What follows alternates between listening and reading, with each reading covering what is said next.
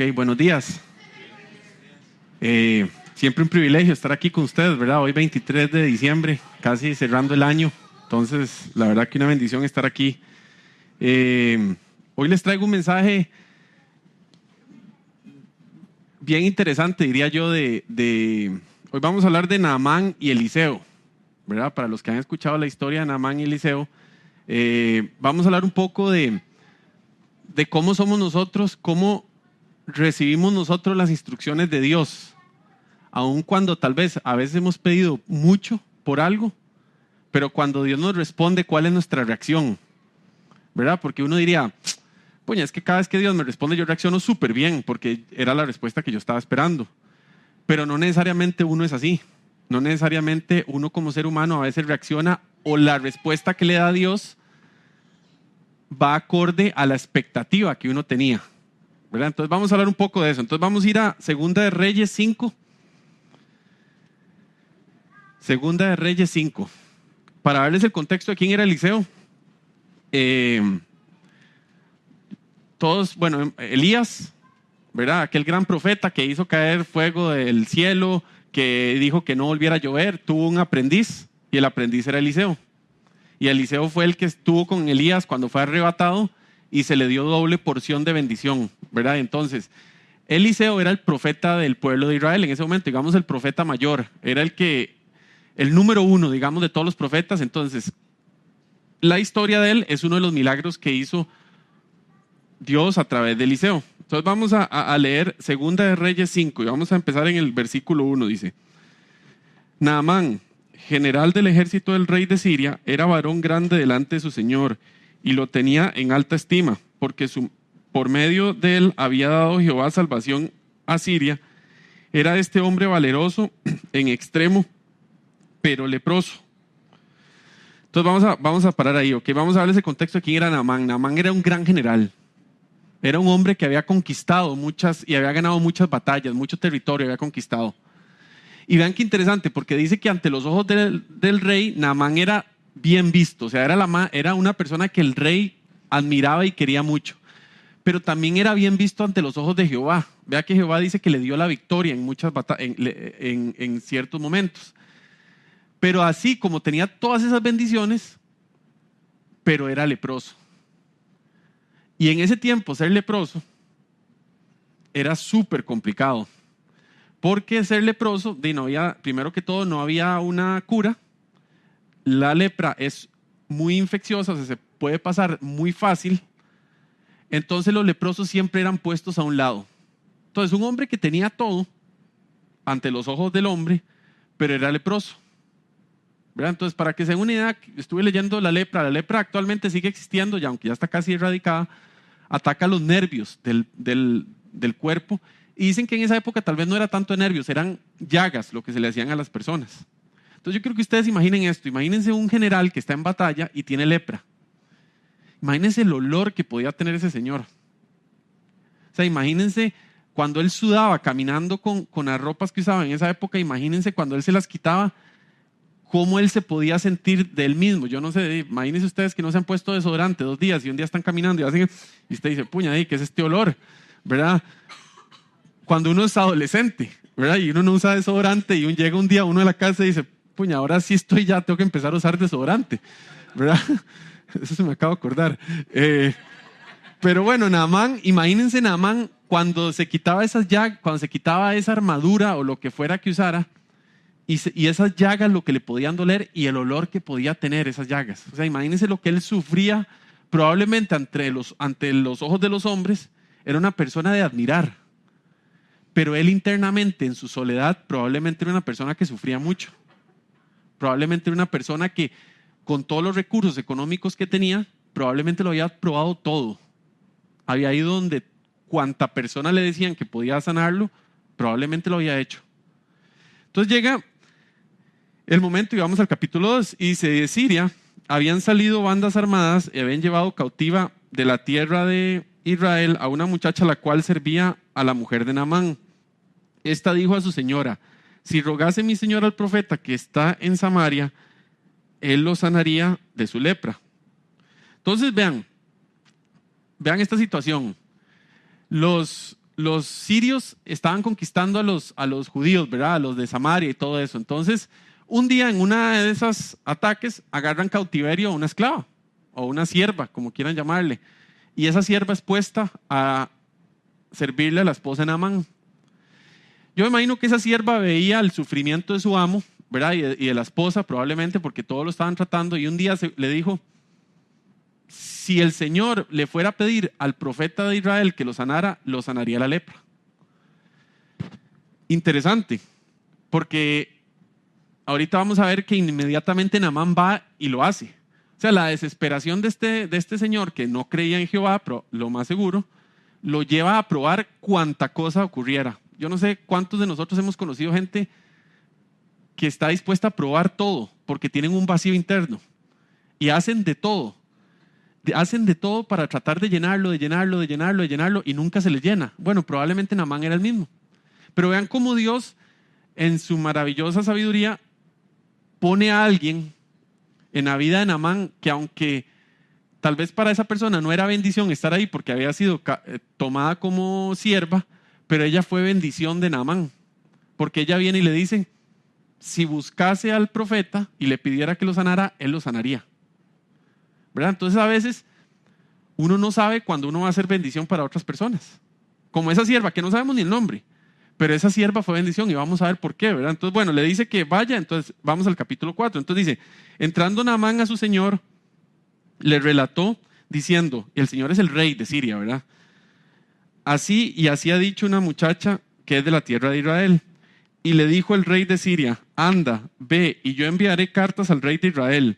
Salió pues él, llevando consigo 10 talentos de plata y 6,000 piezas de oro y 10 mudas de vestidos.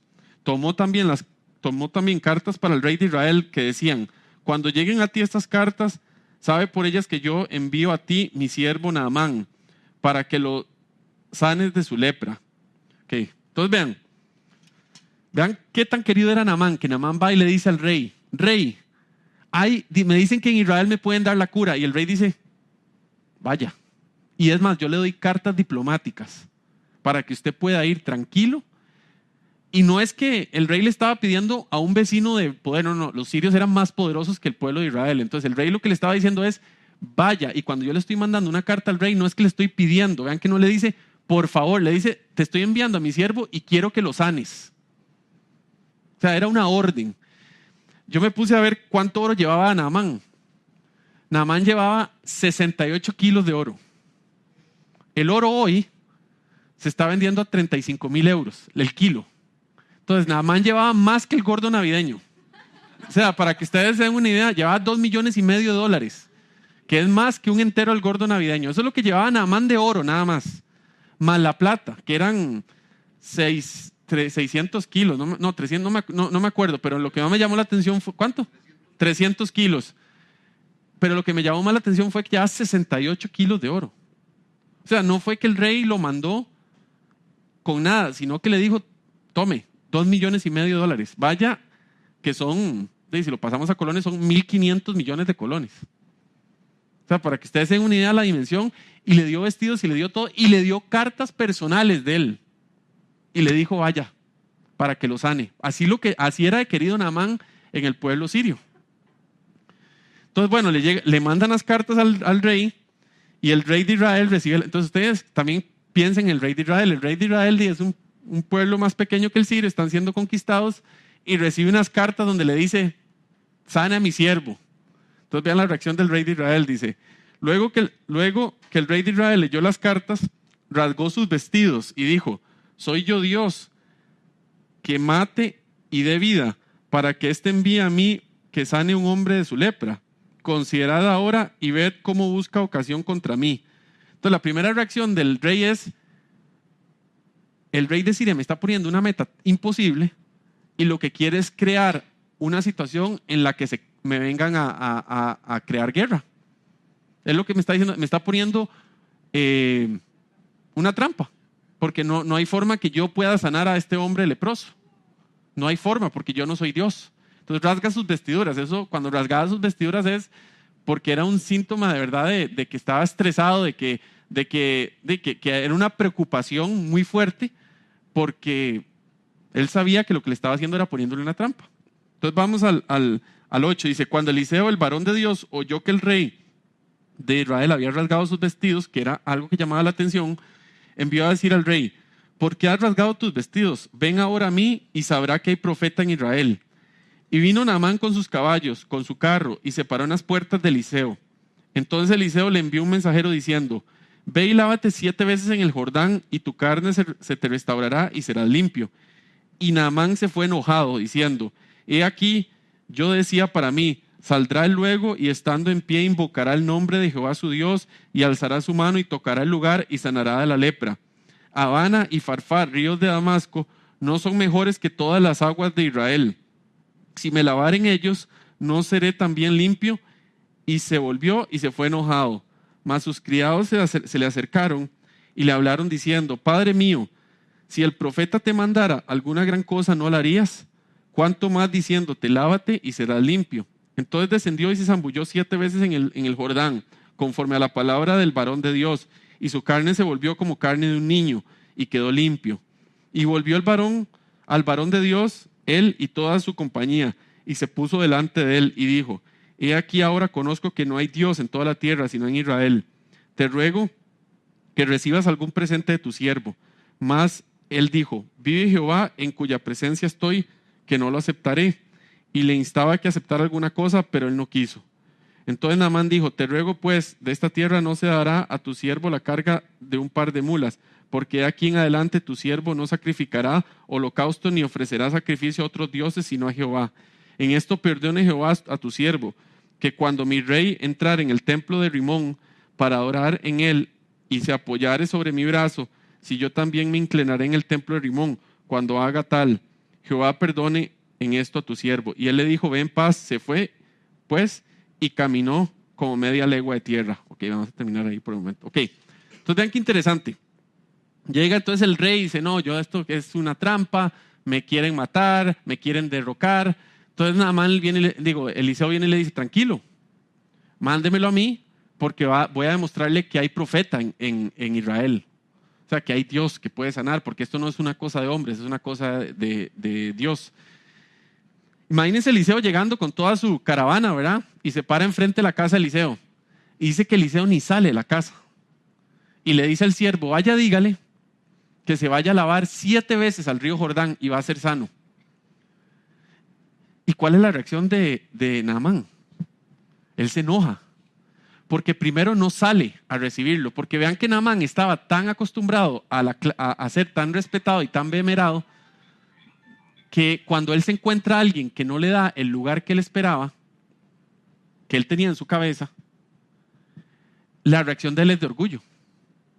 Aun cuando lo que le estaba diciendo el profeta era tan fácil de hacer, porque era tan fácil, él se enoja y dice, ¿por qué me manda al río Jordán? ¿No hay mejores ríos en Damasco, en otros lugares? Y traté de buscar fotos de los ríos que él habla, pero no salen, y me puse a ver ríos del río Jordán, y el río Jordán no es la gran cosa, ¿verdad? Tampoco es que sea un río celeste, tampoco, es más bonito río celeste probablemente, pero un río normal.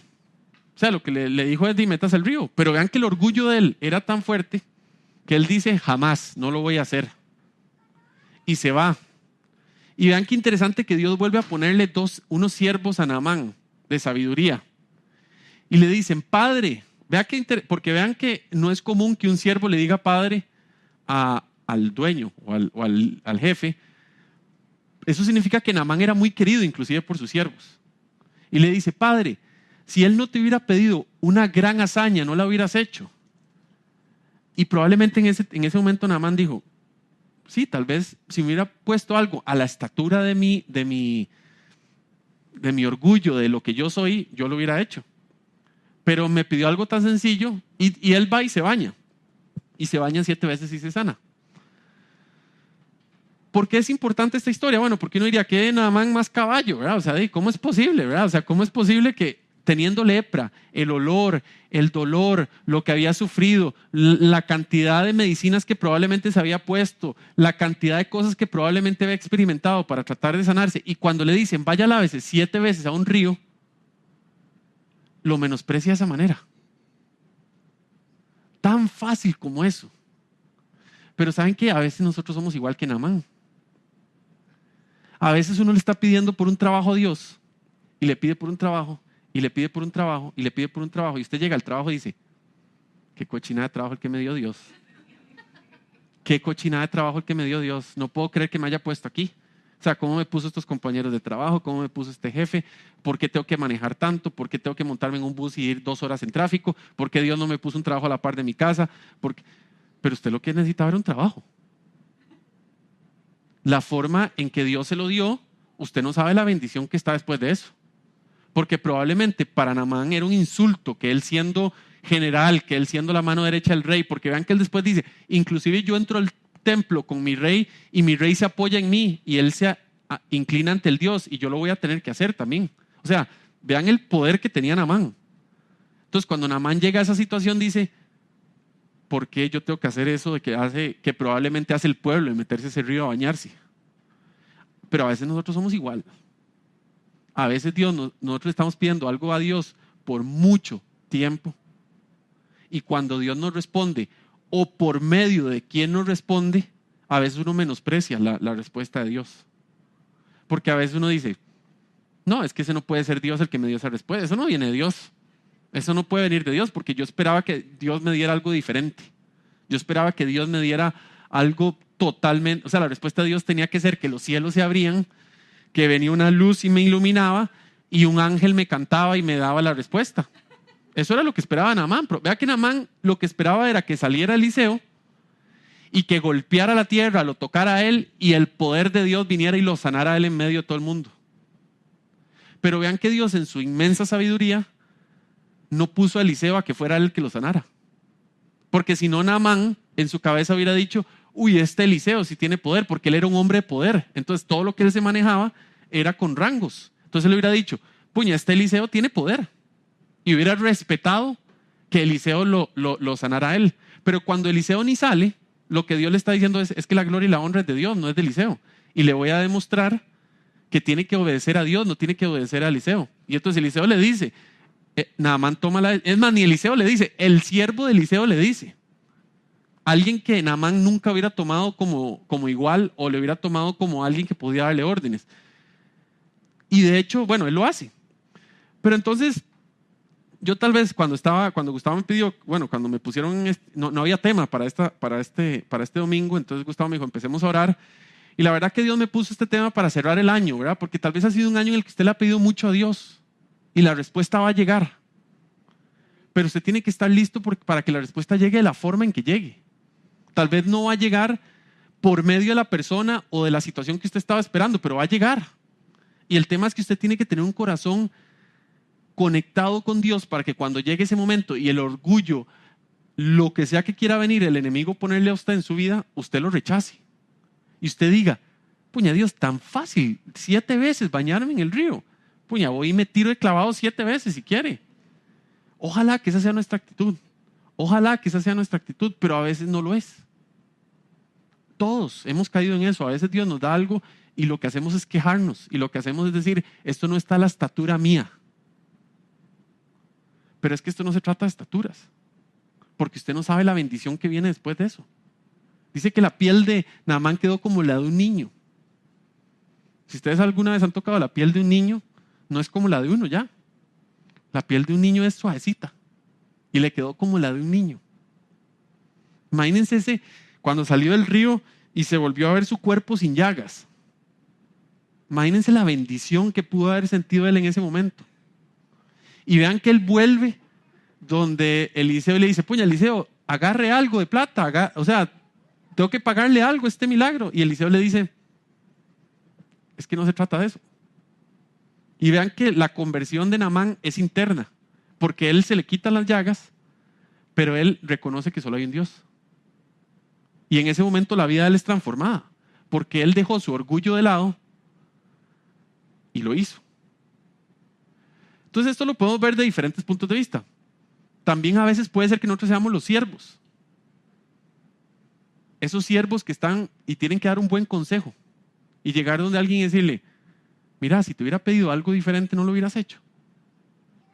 Y a veces nos toca tener esa sabiduría que viene de Dios y darla y no quedarnos callados, porque si esos siervos se hubieran quedado callados, Naamán probablemente no se hubiera metido al río y se hubiera muerto de lepra y no hubiera podido conocer al Señor y no hubiera podido hacer todo eso.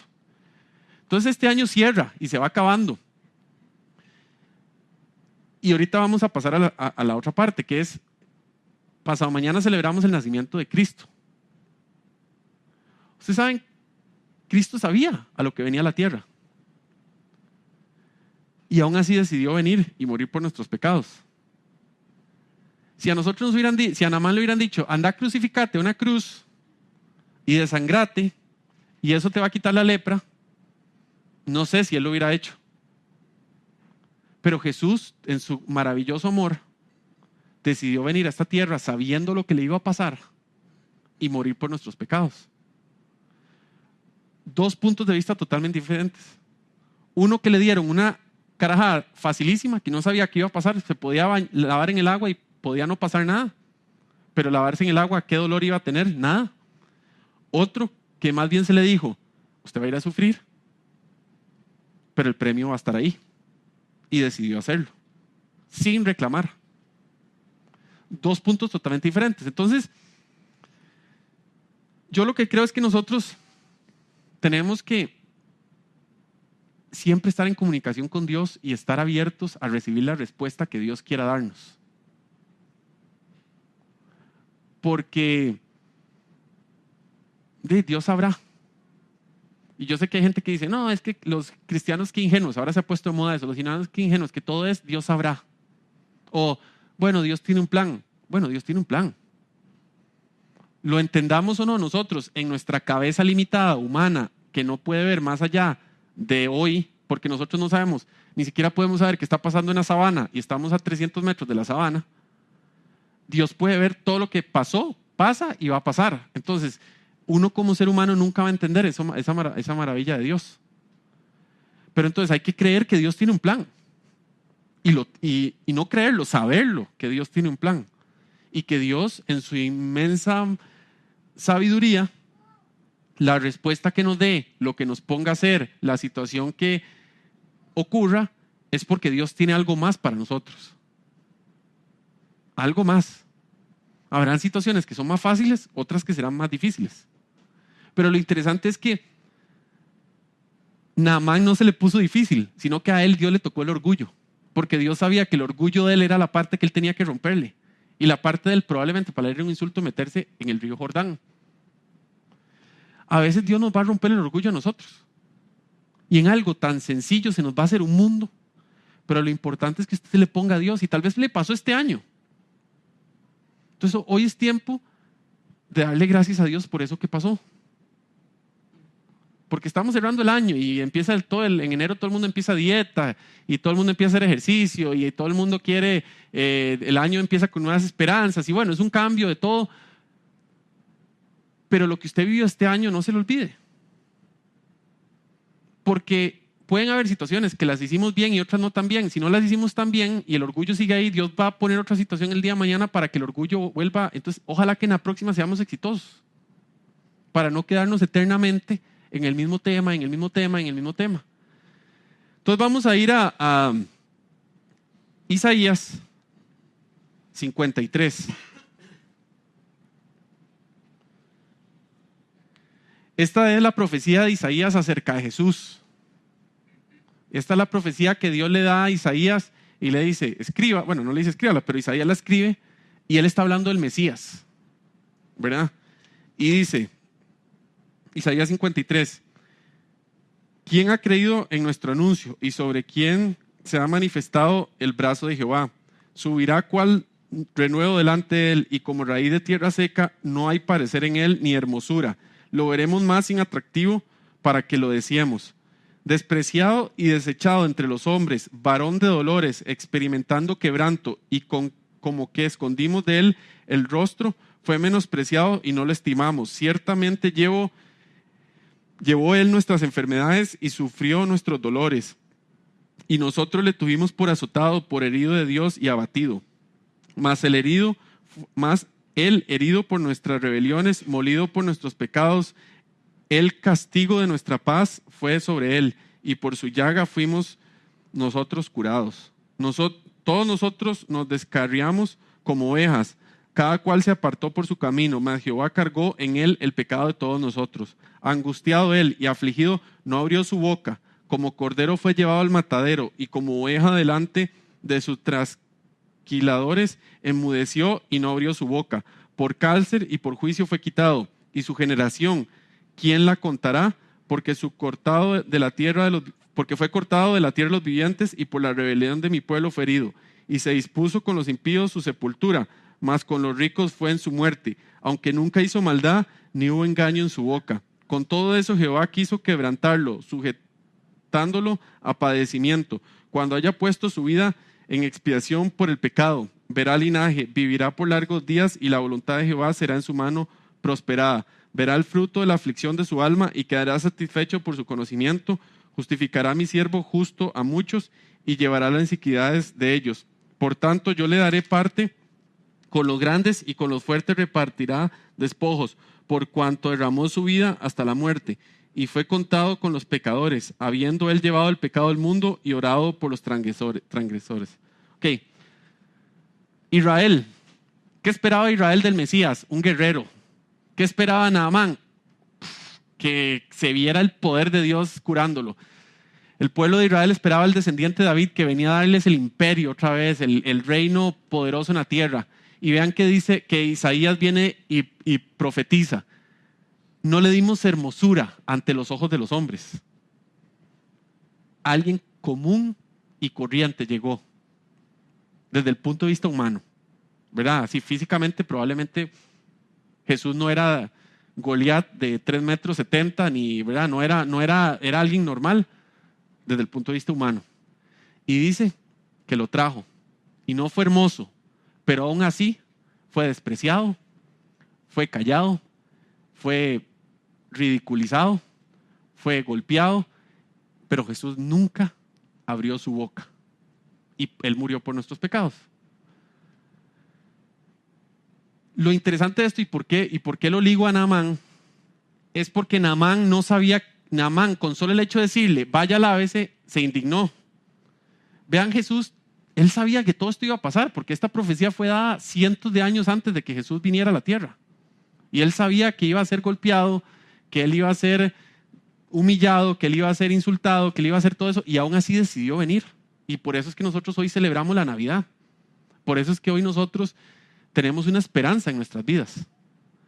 El ser humano siempre va a ser como Naamán.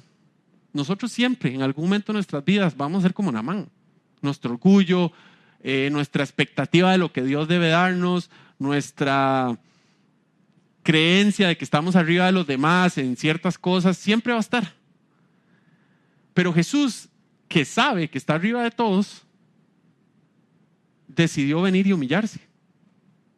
Esa es la diferencia de lo maravilloso que es nuestro Dios y las imperfecciones que tenemos nosotros. Porque nosotros vemos como humanos, Él ve con amor.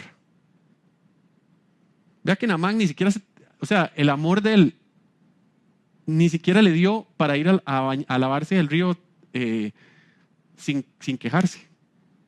Ni siquiera el amor de él, es que de verdad era tan fácil. Pero Jesús decidió por amor venir, ¿verdad? Entonces, yo sí quiero, y que como dice el 23 de diciembre, Dios sí me puso en el corazón que no se les olvide qué es lo que estamos celebrando.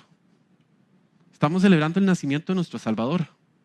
Estamos celebrando el nacimiento del Dios hombre, o del Dios que quiso venir a esta tierra, quiso caminar en esta tierra, quiso llevar la carga de nuestros pecados, que nosotros nunca vamos a entender qué es llevar la carga de nuestros pecados, porque no vamos a entenderlo. ¿Usted alguna vez ha tenido la carga de un pecado en su vida? ¿Y le ha dado gastritis ese pecado? ¿Alguna vez usted ha hecho algo que le fue mal y lo agarraron? Y usted perdió toda su vida por esa situación. Pudo haber perdido un trabajo, pudo haber perdido una familia, pudo haber perdido un amigo, pudo haber perdido una relación familiar por un pecado o por una situación. Usted sabe que es cargar con todas. con todas. Eso es solo Dios. ¿Ustedes creen que cuando Jesús estaba en Getsemaní y estaba sudando sangre,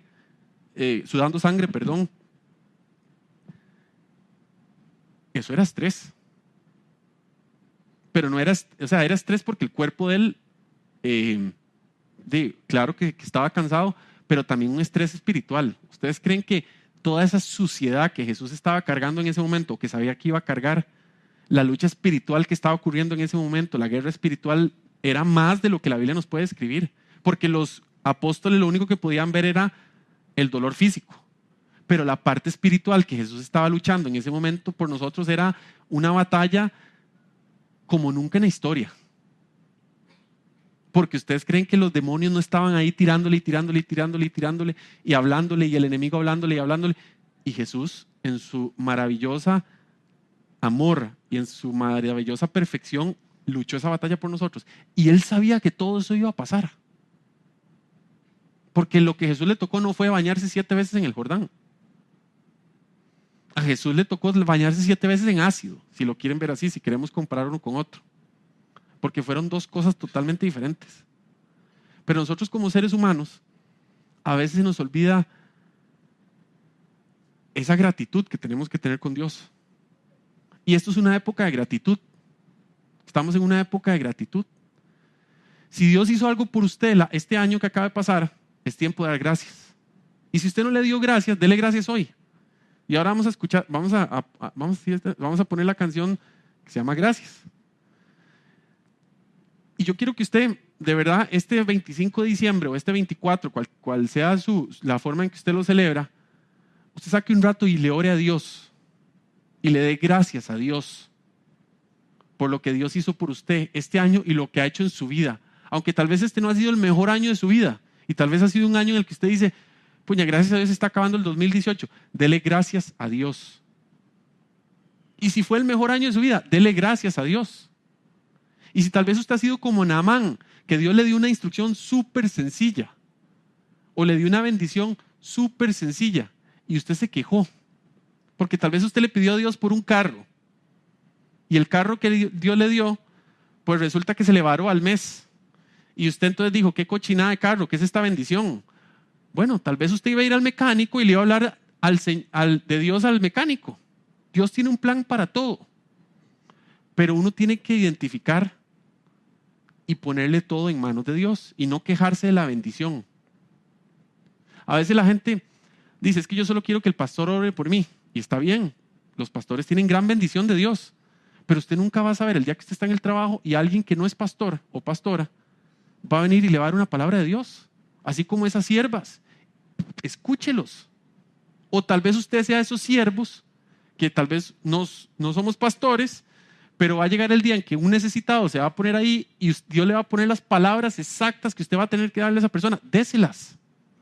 Porque esas siervas, los dos momentos en los que Naamán tuvo esperanza fue cuando escuchó de la sierva en la casa y cuando se quejó y vino otro y le dijo, pero padre, esos 2 momentos fueron cruciales para que Naamán pudiera conocer al Señor. Entonces es tiempo de dar gracias. Si en el 2019 a usted le dicen, vaya lávese 7 veces al río, y usted dice, es que el río no es digno de mí, porque eso fue lo que dijo Naamán. ¿Sabe qué?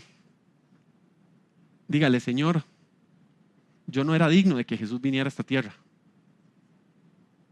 Entonces, lo que tú me pidas, yo lo voy a hacer. Porque Dios, hay bendición detrás de eso. Hay bendición detrás de eso. Vamos a ir al último versículo. Déjenme nada más aquí. Vamos a ir a Lucas 2. 2, 8 al 14. Y se los voy a leer. Lucas 2, 8 al 14. Y dice, había pastores en la misma región que velaban y guardaban las vigilias de la noche sobre su rebaño. Y aquí se les presentó un ángel del Señor, y la gloria del Señor los rodeó de resplandor, y tuvieron gran temor. Pero el ángel les dijo, no temáis, porque aquí os doy nuevas de gran gozo, que será para todo el pueblo, que os ha nacido hoy en la ciudad de David un Salvador, que es Cristo el Señor, que os servirá de señal. ¿Qué os servirá de señal? Hallaréis el niño envuelto en pañales, acostado en un pesebre. Y repentinamente apareció con el ángel una multitud de huestes celestiales que alababan a Dios y decían: gloria a Dios en las alturas y en la tierra paz, buena voluntad para con los hombres. Vean, ese momento es el de nuestra esperanza. Cuando llegaron esos ángeles y les dijeron: les traemos buenas nuevas, ha nacido el Salvador. Entonces vamos a orar ahorita. Bueno, vamos a escuchar la canción y después vamos a orar. Y yo quiero que hoy usted piense en todo lo que le pasó este año, bueno o malo, o normal, y hoy usted se lo entregue al Señor. Y si hay amargura porque algo pasó en este año, que a usted tal vez le quedó una amargura o le quedó un sinsabor o algo le quedó que tal vez lo marcó o la marcó, entrégueselo hoy al Señor. Entrégueselo hoy, porque hoy es un día de agradecimiento, hoy es un día de esperanza, y entrégueselo al Señor. Si hubo algo que a usted más bien le dio tanto gozo, entrégueselo al Señor y dele gracias. Y dele gracias de verdad, pero dele gracias como cuando usted le da gracias a alguien que hizo algo por usted que usted no se esperaba. Porque en Costa Rica decimos gracias por todo. Nos traen el menú, gracias. Nos traen un vaso con agua, gracias. Nos traen servilletas, gracias. Yo tenía un amigo que era extranjero y decía: los ticos dicen gracias demasiado, pero a veces no le decimos gracias a Dios. Entonces vamos a escuchar la canción.